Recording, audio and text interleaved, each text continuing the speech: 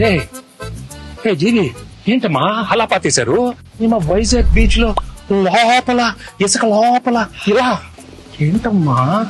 Music sitting అని పిలిచారు sir, పాతేశాడు sir. ఈ అనిల్ చూస్తే వణికేచేస్తుందమ్మా.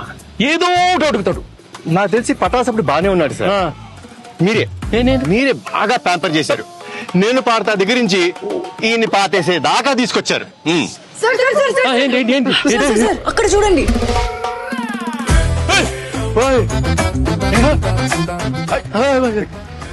అనిల్ ఏంటి అనిల్ ఈ కత్తి? కత్తి లాంటి ప్రమోషన్ చేస్తున్నానని ఫ్యాన్స్ నా చేతిలో కత్తి పెట్టి ఈ తలపాగా పెట్టి కాన్సెప్ట్ కింగ్ అని ఒక బిరుదు ఇచ్చారు సార్.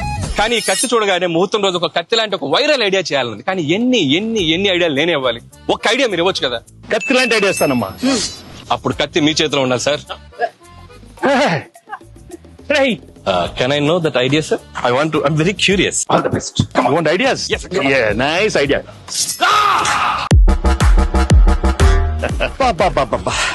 రావిపూడి రక్తంతో విజయ తిలకం దిద్దిన వెంకటేష్ గారు. ఎలా ఉంది అనిల్? వైరల్ ఫీవర్ వచ్చేలా ఉంది. నేను బయలుదేరా. ఆగమ్మా నీళ్ళు. ఈ సినిమాలో ఇంకో హీరో ఉన్నాడు. మరి నాతో తిలకం పెట్టించుకోవాలి.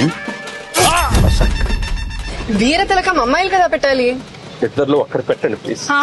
ఇద్దరం పెడతాం.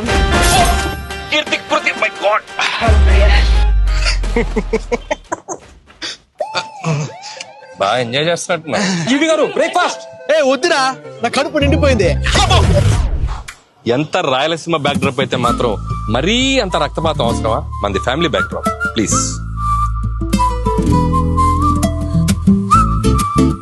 మేమంతా ఇప్పుడు కలిసాం.